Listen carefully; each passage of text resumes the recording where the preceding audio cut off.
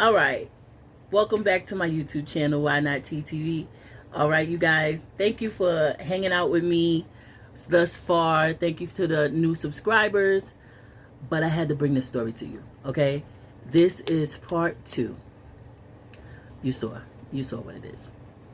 Now I'm in the system. Whoever's getting annoyed by the ring light and the glasses, don't look. So, I'm in the system, right? And the first place they send me to is a group home in Brooklyn. Now, I'm from the Bronx. At this time, I was about 14. They send me to a group home in Brooklyn. And, you know, back in the day, it always was like a Bronx, Brooklyn thing. It was almost like we had beef, even though nobody had beef. So I was already nervous when I found out I was going to Brooklyn. 'Cause I'm like, I ain't never been to Brooklyn like that. What's going on? Okay. I get to this group home, and I am the youngest one there. The girls are like transitioning out, so they're like 18 and 19. I believe they had 19-year-olds in there, but I know that they were working. All of them was working, and they were getting ready to transition out. I was the youngest one there, which kind of annoyed the staff a little bit because they had to watch me a little more. So they had this lock on the front door to come into the house, and the group home was a house. It was actually a house. You would come in, go up the steps, and up the steps was the rooms. Some rooms were single, some rooms were double. But when I first got there, my room had 4 beds in it. So I had one of the 4 bedrooms. So I'm in there, mostly women staff, okay?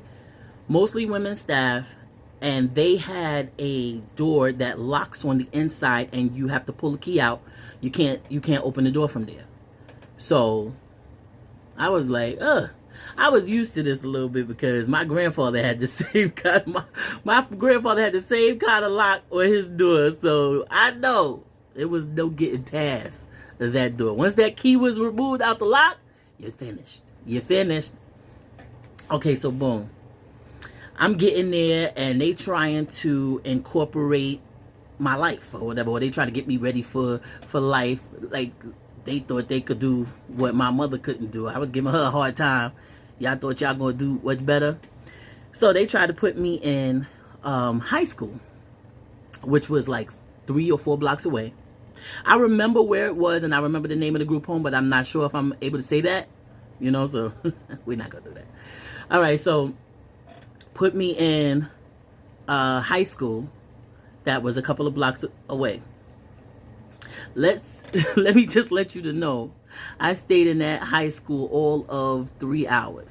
Like, the time it took for them to do the intake, and they left me there. I spent the next couple of periods trying to figure out, how do I get out this school without people seeing me? And once I got out, I never went back. Okay? So they were trying to reel me in because, you know, they like, oh, she's out of control. She's leaving school. What's going on with this girl? So I stayed there a little bit longer. I started to develop an attitude where, you ain't my mother. None of my family is here. I'm basically grown now. I'm grown living here with these people. But of course, I'm only 14. So the staff, they locking the doors, they checking up on me, they standing outside the bathroom while I'm taking showers, things like this. One day, I wanted to leave the house, and they wasn't having that. So they locked all the doors. And then they had like a door to leave out the house from the kitchen, which was at the back of the house, and that led to the driveway. But all the staff was sitting in the kitchen talking. So my bedroom on the second floor, I decided I'm going to do what I saw in the movies, which was take some sheets, tie them together. I was gonna tie the end of the sheet around the radiator and lower myself outside of the house and then break out, because I was good for running away. Child, nobody told me that these knots had to be military knots or whatever type of knots. I don't even know if you could really do the sheet knot thing. I don't know if it actually works, but my attempt failed. So I think it was about 3 sheets, and I tied them together, threw it out the window.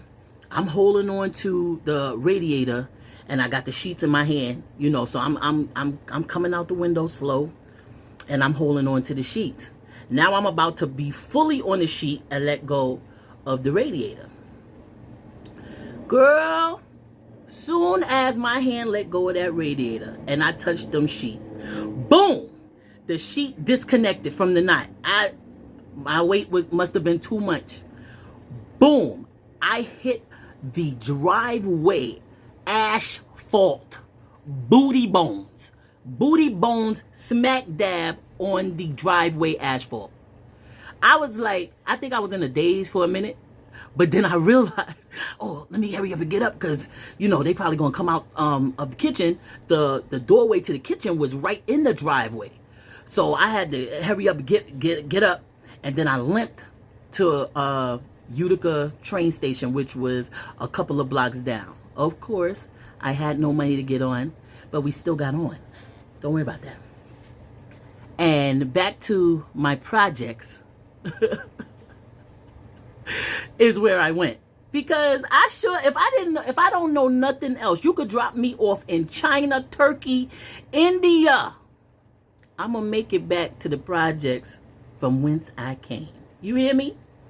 So I made it back there, and I did not go for the monkey in the hat. I ain't going to my grandmother's house, because we know she's slick. She's slick. So I'm going to go to my aunt's house with my cousin. Chill with my cousin all the time. So I'm going to go over there. I get over there. Now, this has not been confirmed, but how the next couple of situations turned out, I want to believe that my aunt called somebody, right? She called my grandmother or my mother. I don't know who she called, but she called somebody, because she let me get a good night's sleep. She let me get a real good night's sleep.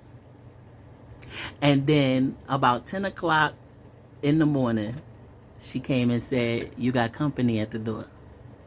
So I'm like, company? Oh, it must be the twins. You know what I'm saying? They coming to see me. Do you know cops was waiting at her door for me? Okay, I see what's going on here. I see what's going on here. You know, everybody looking at me like, no, they just showed up.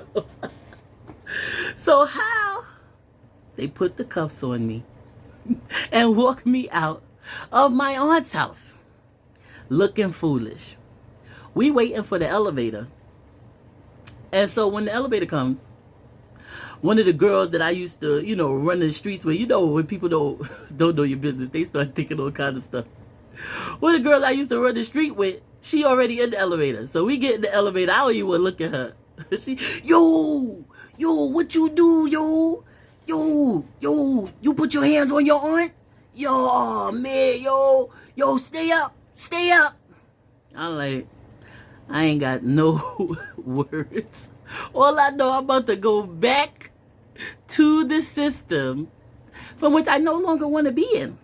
Mind you, I no longer want to be in. But at this point, I don't have a choice. I feel like I'm mad close to this. I'm trying to get close so y'all don't see the ring, but I feel like it's too much. Is it too much? Anyway, on with the story. So they takes me back, but now I have to be in another holding intake because they need to ship me somewhere that's not close to the house, right? They end up putting me in a place that was a homeschool for girls. I don't know, but it's in Long Island. It's in Long Island. It was a homeschool for girls, and it was like a mini campus. like I said, I'm not going to say the name because I'm not sure if I should say it or whatever.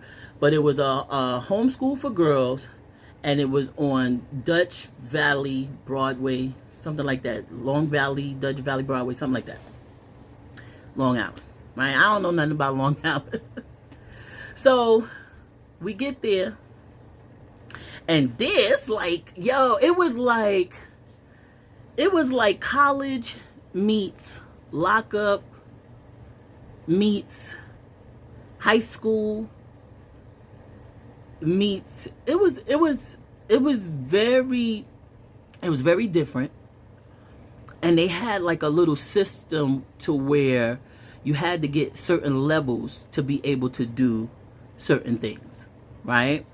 Like level 1, you would be able to get 2 phone calls a week, you know, to your family. They had a pay phone too. Like it was a big, a fat phone, you know, that you could put a quarter in, not the pay phone that hang on the wall. It's like a fat phone that you put a quarter in and talk like that. So we get there. I'm in like one of the main cottages, the biggest cottage. I guess it was the intake cottage, whatever. And I want to say it was probably 20 rooms in there. Some of them were single rooms. That's when you've been there for a while. You transfer to a single room. Some of them was double rooms.